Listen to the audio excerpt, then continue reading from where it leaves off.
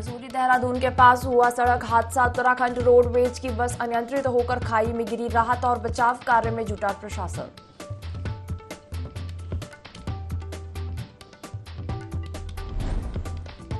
मुख्यमंत्री पुष्कर सिंह धामी का आज दिल्ली दौरा। 3 अप्रैल को पीएम नरेंद्र मोदी से करेंगे मुलाकात। कई मुद्दों को लेकर होगी चर्चा।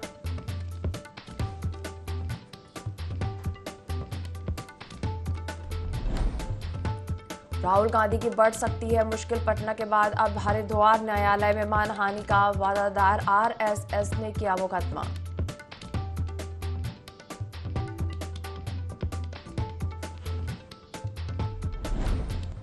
बेमौसम बरसात और ओलावृष्टि ने बढ़ाई काश्तकारों की चिंता। बागवानों की नकदी फसल की हुई खराब। काश्तकारों ने सरकार से लोन माफ करने का किया आग्रह।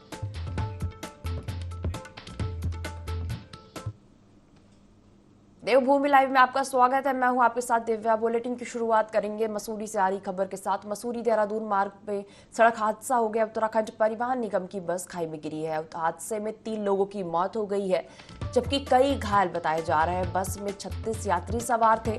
घायलों को उप जिला चिकित्सालय लंढौर भेजा गया। उत्तराखंड परिवहन निगम की बस खाई में गिरी है। हादसे में 3 लोगों की मौत की खबर है, जबकि कई घायल बताए जा रहे हैं। बस में 36 यात्री सवार थे। घायलों को उप जिला चिकित्सालय लंढौर भेजा गया है। फिलहाल एसडीआरएफ की टीम राहत बचाव कार्य में जुटी है। तो मसूरी से खबर आपको बता रहे हैं, जहां मसूरी देहरादून मार्ग में सड़क हादसा हो गया है। उत्तराखंड परिवहन निगम की बस खाई में गिरी। हादसे में 3 लोगों की मौत की खबर है, जबकि कई घायल बताए जा रहे हैं।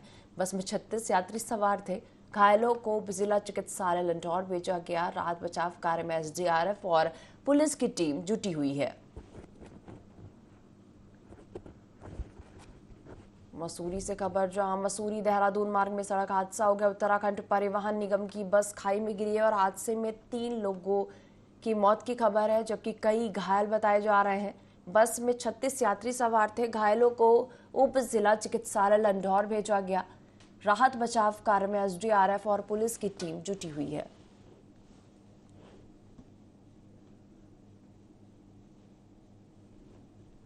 मसूरी से यह खबर, जहां मसूरी देहरादून मार्ग में सड़क हादसा हो गया। उत्तराखंड परिवहन निगम की बस खाई में गिरी है। खबर पर ज्यादा जानकारी लेंगे, संवाददाता शुभम हमारे साथ जुड़ गए हैं। शुभम, उत्तराखंड परिवहन निगम की बस खाई में गिरी या सड़क हादसा हो गया, फिलहाल क्या अपडेट है? जी मैं बिल्कुल आपको बता दूं कि करीब 1:30 बजे का हादसा बताया जा रहा है। जब मसूरी से देहरादून की ओर उत्तराखंड परिवहन की बस जा रही थी, उसी वक्त जो गाड़ी आने कम से कम 300 मीटर गहरी खाई में गिरी, जिसमें कुल मिला के 40 जो पैसेंजर थे, सवार थे उसमें। और लगभग अभी तक सभी को निकाल दिया गया है। ये कहना तो बहुत मुश्किल होगा कि कोई साथ आई या कोई ट्रेजेडी किसी की मौत हुई है, लेकिन जिस तरीके से लोगों को निकाला गया, सीधा सिविल अस्पताल में भेजा गया, तो कहीं ना कहीं सभी जो यात्री थे, सभी के सभी लगभग 40 से 40 घायल और काफी भारी मात्रा में वो घायल है। और कहीं ना कहीं सभी लोगों को चोट लगी है। तो कहीं ना कहीं ये बहुत ही बड़ा हादसा के मुख्य और एनडीआरएफ, पुलिस, चाहे वो आईटीबीपी हो, चाहे वो फायर सर्विस हो, सभी के सभी लोग, स्थानीय लोग, सभी के सभी लोग रोड पे आ गए थे और सभी ने यह एक बड़े रेस्क्यू को अंजाम दिया। शुभम, अभी घायलों की स्थिति कैसी बताई जा रही है? बिल्कुल आपको बता दें, सभी घायलों को सिविल अस्पताल में रेफर कर दिया गया है। सिविल अस्पताल से जो भी घायल जो ज्यादा दिखाई दे रहा है कि ज्यादा गंभीर रूप से घायल है, उसको तुरंत ही देहरादून हायर रेफर सेंटर में फॉरवर्ड कर दिया गया। देखा गया कि काफी लोगों को देहरादून रेफर कर दिया गया। अभी तक ये कहना बहुत मुश्किल है कि कितने लोग पूर्ण रूप से कितने लोग घायल हैं और कितने लोगों की मौत है, ये कहना बहुत मुश्किल है। शुभम, जुड़ने के लिए और जानकारी साझा करने के लिए आपका धन्यवाद।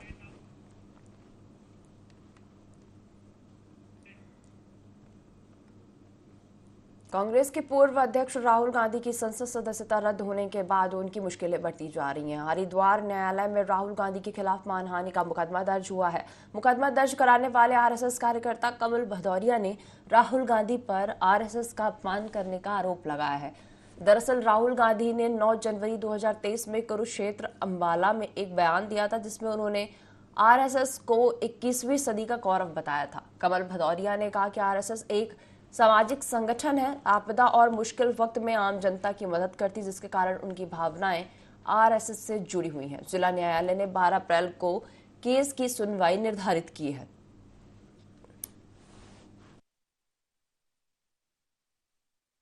राहुल गांधी ने जनवरी 2023 में एक भाषण दिया जिसमें राहुल गांधी ने बताया कि 21वीं सदी के जो कौरव हैं वो आरएसएस के कार्यकर्ता हैं, बल्कि उन्होंने अच्छी शिक्षा ग्रहण कर रखी है।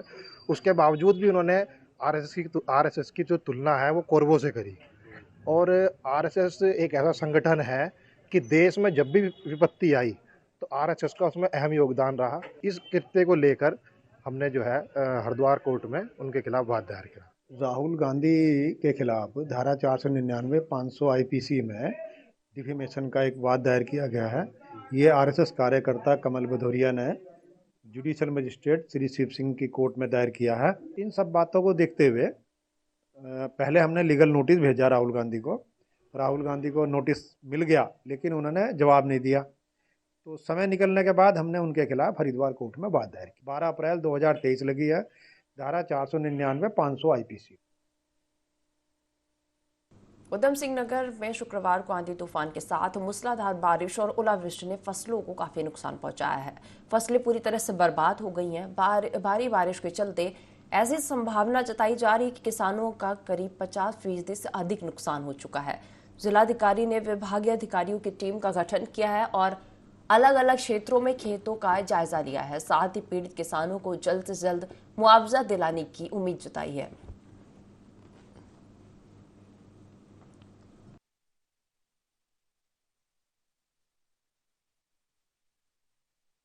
विगत समय में जो बारिश हुई है उससे निश्चित तौर से नुकसान हुआ है।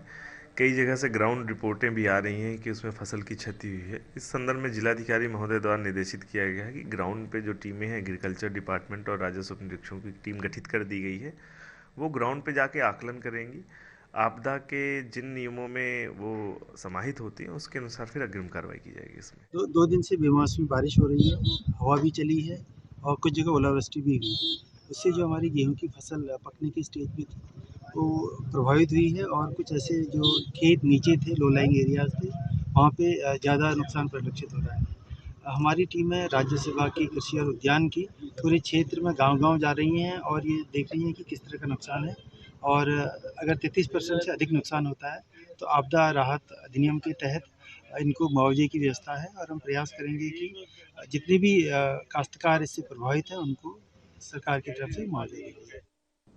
चार धाम यात्रा को लेकर तैयारियां शुरू हो गई हैं। हरिद्वार में पुलिस प्रशासन ने नेशनल हाईवे पर लगे यूनिपोल और होर्डिंग हटाने के निर्देश दिए हैं। हरिद्वार के ज्वालापुर, रानीपुर, झाल से लेकर कोर कॉलेज तक लगे सभी यूनिपोल और होर्डिंग्स अवैध हैं। होर्डिंग्स लगाने के लिए NHAI ने कोई अनुमति भी नहीं ली गई थी और अब पुलिस प्रशासन अवैध होर्डिंग्स और यूनिपोल को हटाने के लिए कार्रवाई करेगी। गौरतलब है कि कई सालों से यह होर्डिंग नेशनल हाईवे पर लगे हैं। वही सभी विभागों को यात्रा को सकुशल संपन्न कराने के निर्देश दिए गए हैं। हर छोटी बड़ी बात को ध्यान में रखते हुए व्यवस्था को चाक चौबंद किया जा रहा है।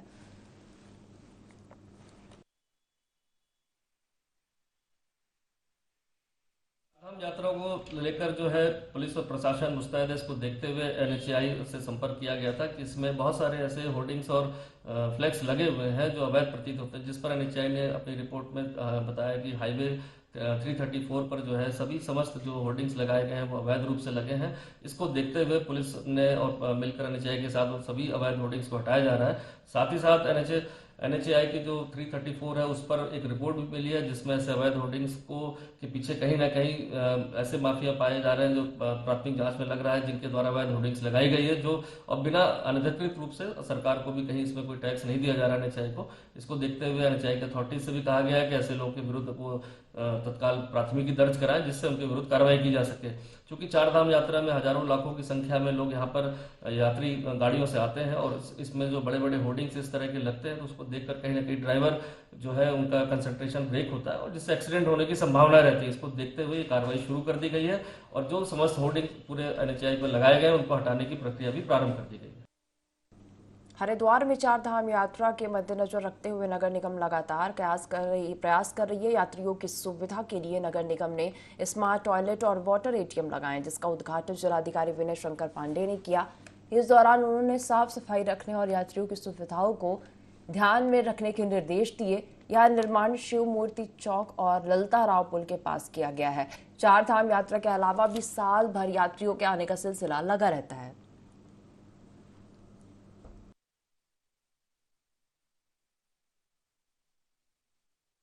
लोगों ने इसी पर्पज से बनाया गया है कि जो हमारे आने वाले यात्री हैं वो हमारे टॉयलेट्स को ढंग से यूज़ करें, वाटर की कोई कमी ना हो उनको। काफ़ी महंगा वाटर मिलता है, तो इस तरह से हम लोगों ने जो वाटर है वो भी पूरा आरओ वाला वाटर है। और सेल्फी पॉइंट भी हम लोगों ने डेवलप कर दिया है और अभी हम लोग और भी प्रोजेक्ट में काम कर रहे हैं जो कि जिससे कि टूरिज्म बढ़े, जैसे वाटर प्रोजेक्शन शो है, एक्वेरियम है, इस तरह की चीज़ें हम लोग बनाने की प्रयास करें। जो स्वच्छ भारत अभियान है और जो इस समय पूरे देश में एक अभियान माननीय प्रधानमंत्री जी के आह्वान पर चल रहा है कि लोग खुले में शौच न करें, लोगों को साफ सुथरे टॉयलेट्स मिलें। आपको पता है कि हरिद्वार यात्रा रूट पर पड़ने वाला एक महत्वपूर्ण पड़ाव स्थल है, वहाँ पर इस तरह का स्मार्ट टॉयलेट बनना एक बहुत अच्छी शुरुआत है। और जैसा कि नगर आयुक्त जी ने बताया कि इस तरह के 20 टॉयलेट्स और बनाए जाएंगे। एक टॉयलेट में 9 सीट्स इनकी लगी हुई हैं, 3 यूरिनल हैं, बड़ा ऑटोमेटेड टाइप का है, बड़ा साफ सुथरा है। लाखों की संख्या में लोग आते हैं और वीकेंड्स पर बहुत ज़्यादा लोग आते हैं और ऐसे में इस तरह की शुरुआत काफ़ी लाभप्रद होगी और तीर्थयात्रियों को, हमारे पर्यटकों को इसमें काफ़ी सुविधा मिलेगी। उधम सिंह नगर के पुलिस कप्तान मंजूनाथ टीसी ने पुलभट्टा थाने का वार्षिक निरीक्षण किया। निरीक्षण के दौरान एसएसपी ने पुलिस अधिकारियों को जरूरी दिशा निर्देश दिए। साथ ही पुलिस कर्मियों का हथियारों की हैंडलिंग और हथियारों को खोलने बंद करने का टेस्ट दिया, जिसमें सभी पुलिसकर्मी फेल हो गए, जिस पर अध्यक्ष सहित सभी उप निरीक्षकों को 3 दिन का प्रशिक्षण लेने के निर्देश दिए गए। एसएसपी मंजूनाथ ने काम में लापरवाही करने वाले एक दरोगा को लाइन हाजिर किया और वेतन रोकने के आदेश भी जारी किए। पुलिस अधिकारियों की कार्यप्रणाली को लेकर पुलिस कप्तान काफी नाराज दिखाई दिए।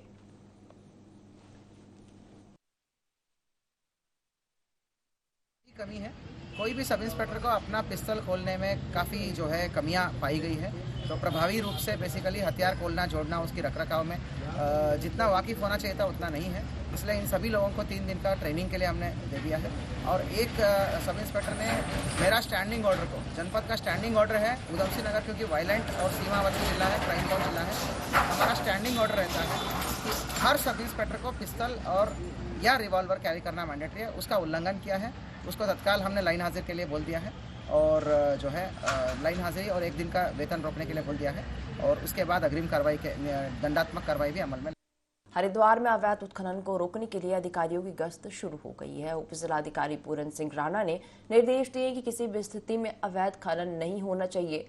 वहीं भोगपुर क्षेत्र में महादेव स्टोन, तेजस stone, Shiva stone, Himgange stone और सेंचुरी पार्क स्टोन क्रेशर में अवैध खनन से जमा खनिज को सीज किया गया। जिन जगहों पर अवैध खनन पाया जाएगा उन प्लांटों पर जुर्माना किया जाएगा।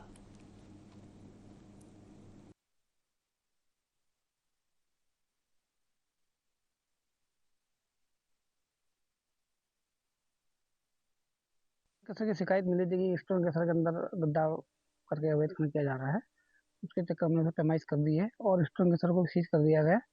आगे क्षेत्र में हम देख रहे हैं कहाँ पर अवैध खनन किया गया, उसकी जांच करके तहसील की टीम के साथ जहाँ भी इलीगल होगा उस पर कार्रवाई करेंगे। हम तो लगातार कार्रवाई कर रहे हैं, बट हमसे पहले जो खबरें फैल जाती है उसके चक्कर में हमको ये मौके पे पकड़ नहीं पा रहे इन लोगों को। पर हमारी कार्रवाई लगातार जारी रहेगी, रात भी जारी। हम फील्ड में ही थे, ये देखने के लिए फील्ड में थे कि कौन कौन सा स्टोन केसर इलीगल कर रहा है, तो ताकि सुबह उसको सीज करें। एक तरफ सरकार मां गंगा को स्वच्छ रखने के लिए करोड़ों रुपए खर्च कर रही है, वहीं जमीनी हकीकत इसके उलट है। हालात यह है कि मां गंगा के मायके उत्तरकाशी में प्रवेश द्वार पर कूड़े का ढेर लग गया है, जिससे स्थानीय लोगों का जीना मुश्किल हो गया है। वहीं विधायक सुरेश चौहान का कहना है कि समस्या के समाधान के लिए मुख्यमंत्री और शहरी विकास मंत्री से बातचीत की जा रही है। वहीं मामले में नगर पालिका के मुख्य प्रशासनिक अधिकारी का कहना है कि टेंडर प्रक्रिया चल रही है और कुछ ही दिनों में इस कूड़े का निस्तारण कर दिया जाएगा।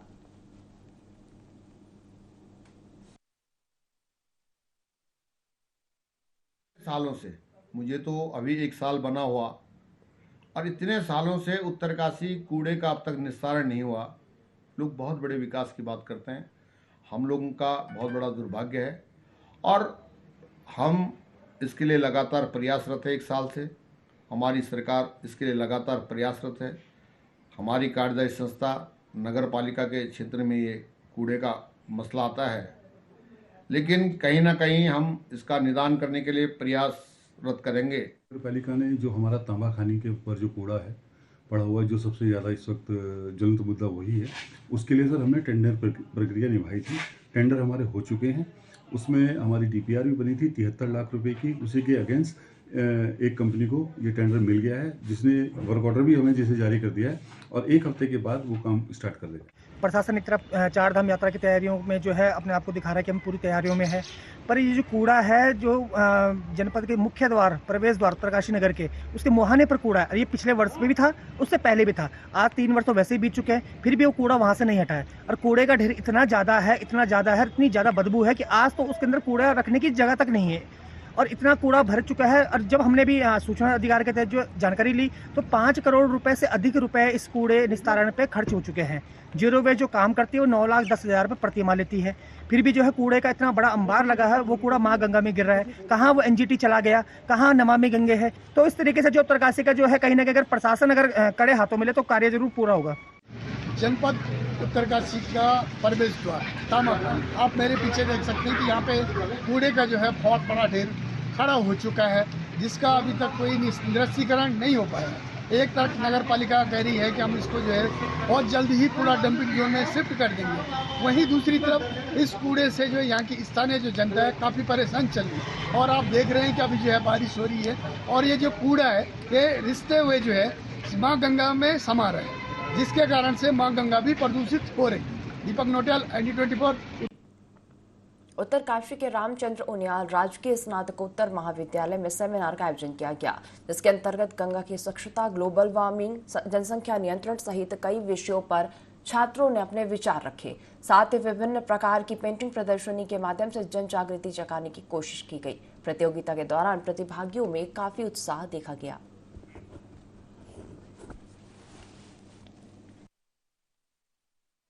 उद्देश्य है वो यही है कि बच्चों का चतुर्मुखी विकास हो। वो समाज में जब कक्षाओं से पढ़कर बाहर निकलते हैं तो समाज के सामने जितने भी चैलेंजेस हैं, चाहे वो पर्यावरणीय चैलेंजेस हो, उनको फेस करने की, उनको समझने की शक्ति उनमें हो। उत्तरकाशी के जंतु विज्ञान विभाग के द्वारा आयोजित आज के ये जो विभागीय परिषद का कार्यक्रम है, इसके लिए मैं जंतु विज्ञान विभाग की विभाग प्रभारी प्रोफेसर मधु थपलियाल जी को बहुत बहुत बधाई देती हूँ। साथ ही जंतु विज्ञान विभाग के समस्त छात्र छात्राओं को भी बहुत बहुत शुभकामनाएं देती हूँ। चारधाम यात्रा को लेकर हरिद्वार रेलवे स्टेशन पर एक यात्री टिकट सुविधा केंद्र खोला गया है। वहीं इस टिकट सुविधा केंद्र पर यात्रियों को फॉर्म भरने के लिए हिंदी और अंग्रेजी फॉर्म रहेगा, जिससे यात्री आसानी से फॉर्म भर सकेंगे। बता दें कि चारधाम यात्रा में हरिद्वार रेलवे स्टेशन पर यात्रियों की भारी भीड़ रहती, वहीं प्रिंट रेट पर ही यात्रियों को रेलवे का आरक्षण टिकट मिलेगा।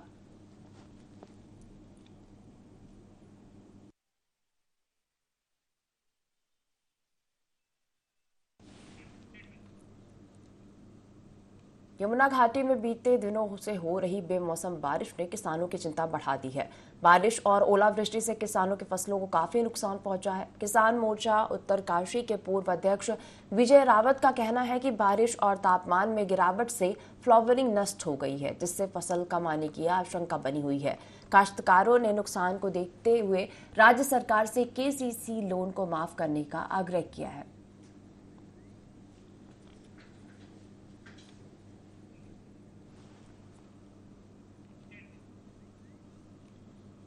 इसके साथ आगे बढ़ेंगे और रुक करेंगे अगली खबर का। पंचपुरी गंभीरपुर अल्पसंख्यक मोर्चा के जिला उपाध्यक्ष जुल्फकार अली ने रोजा अवतार कार्यक्रम का आयोजन किया, जिसमें अल्पसंख्यक मोर्चा के जिला अध्यक्ष बनने के बाद एजाज हसन के पहली बार आगमन पर कार्यकर्ताओं और समर्थकों ने उनका जमकर स्वागत किया। पंचपुरी गंभीरपुर में रोजा अवतार के इस कार्यक्रम में जिले के BJP पदाधिकारी और कार्यकर्ताओं ने भी शिरकत की। तो वहीं अल्पसंख्यक मोर्चा के जिला अध्यक्ष ने रास्ते में विकास कार्यों का निरीक्षण करने के बाद कार्यक्रम में पहुंचकर पदाधिकारियों और समर्थकों के साथ समीक्षा बैठक की। बैठक में जिला अध्यक्ष ने क्षेत्रीय उपाध्यक्ष से पंचपुरी की स्थिति के बारे में जाना और कार्यकर्ताओं से आगामी 2024 चुनाव में पूरी शक्ति के साथ लड़कर जीत हासिल करने के लिए कहा।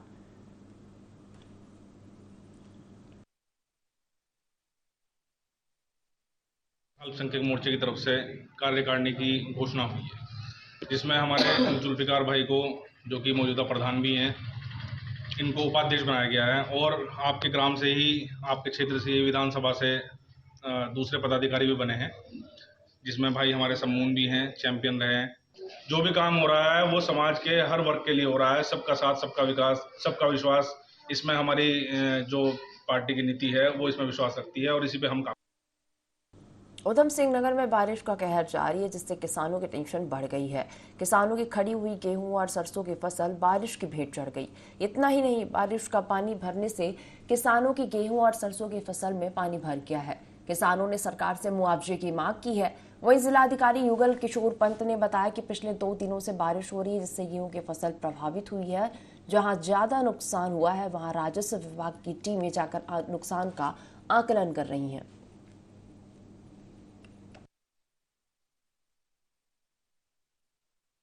नुकसान तो जी सारा ही हो गया। गेहूं की फसल तो रही ही नहीं, समझ लो 50% से ज़्यादा नुकसान हो गया है कि जो भी फसल है सारी पर नुकसान ही है। गन्ना है जिसका वो निकलता नहीं है, बारिश ज़्यादा पड़ गई है, गन्ना निकालना मुश्किल हो जाएगा। उधर फिर मिलें बंद हो जाएंगी, आगे को परेशानी है सारी। गेहूं का जो एक तो दाना भी काला पड़ जाएगा, एक तो वैसे ही नीचे गिर गया है सारा, फिर कटाई में पल्ले नहीं पड़ेगा कुछ भी। मांग तो यही है कि मुआवजा दिया जाए, है ना। 2 दिन से बेमौसमी बारिश हो रही है, हवा भी चली है और कुछ जगह ओलावृष्टि भी हुई। उससे जो हमारी गेहूं की फसल पकने की स्टेज पे थी वो प्रभावित हुई है और कुछ ऐसे जो खेत नीचे थे, लो लाइंग एरियाज थे, वहाँ पे ज़्यादा नुकसान परिलक्षित हो रहा है। हमारी टीमें राज्य विभाग की कृषि और उद्यान की पूरे क्षेत्र में गांव-गांव जा रही हैं और ये देख रही हैं कि किस तरह का नुकसान है। और अगर 33% से अधिक नुकसान होता है तो आपदा राहत अधिनियम के तहत इनको मुआवजे की व्यवस्था है और हम प्रयास करेंगे कि जितने भी काश्तकार इससे प्रभावित हैं उनको सरकार की तरफ से मुआवजा दिया जाए। मुख्यमंत्री पुष्कर सिंह धामी ने निर्देश दिए कि कोई भी नकल माफिया बचना नहीं चाहिए। सीएम के निर्देश पर हरिद्वार की एसआईटी टीम ने एसएसपी अजय सिंह के दिशा निर्देशन में पेपर लीक प्रकरण में 50,000 के इनामी आरोपी संजय धारीवाल को नारसन से धर दबोचा है। आरोपी संजय धारीवाल पटवारी एवं जेई और एई पेपर लीक प्रकरण में मुख्य षड्यंत्रकारी था। टीम ने अभियुक्त के भाई के मकान करनाल हरियाणा से 4,25,000 नगद रुपए और 2 ब्लैंक चेक भी बरामद किए हैं। एसआईटी टीम ने इस घटना में उपयोग किए गए वाहन को भी जब्त किया है। इस तरह से पटवारी, जेई और एई दोनों प्रकरणों में गिरफ्तार अभियुक्तों की संख्या अब तक 38 पहुंच चुकी है।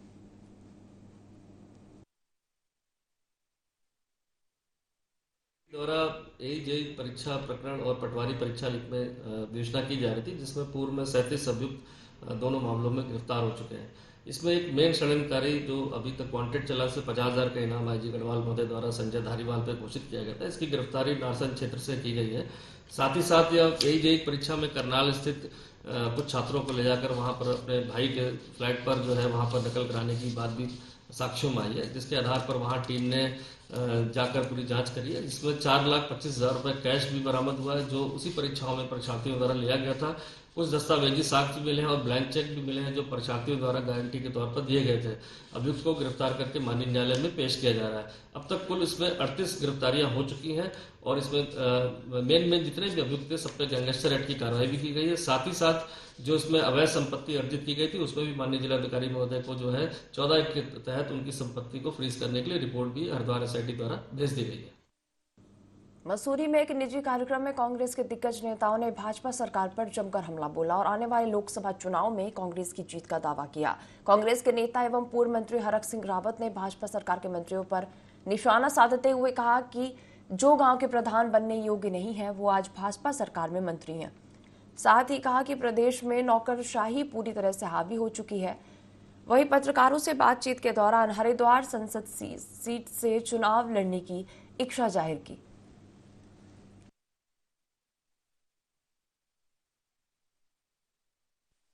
दुर्भाग्य में छोटी बात हो जाएगी और ये हमारे प्रदेश का अपमान है, लेकिन अगर सही मायने में मैं किसी एक मंत्री के लिए नहीं कह रहा हूं, लेकिन अगर मुझको चयन करना होता तो कोई ग्राम प्रधान बनाने की क्षमता नहीं है। हमारे प्रदेश का अपमान होगा क्योंकि हमारे प्रदेश की जनता ने उन लोगों को विधायक चुना और वो आज सरकारी मंत्री हैं। तो जो व्यक्ति बोल रहा हो उसके बारे में मसूरी के लोग या उत्तराखंड के लोग बोलने वाले के बारे में लोगों क्या धारणा है, इसका मुझे जवाब देना चाहिए। इसका जवाब तो उत्तराखंड के लोगों को देना चाहिए। तो मैंने पार्टी से कहा था कि भाई मैं या तो पार्टी के लिए काम करूंगा और भविष्य में लोकसभा चुनाव अगर पार्टी मुझे लड़ाती है तो मैं उसकी तैयारी करूंगा। इस बुलेटिन में फिलहाल इतना ही। आप बने रहिए IND 24 के साथ।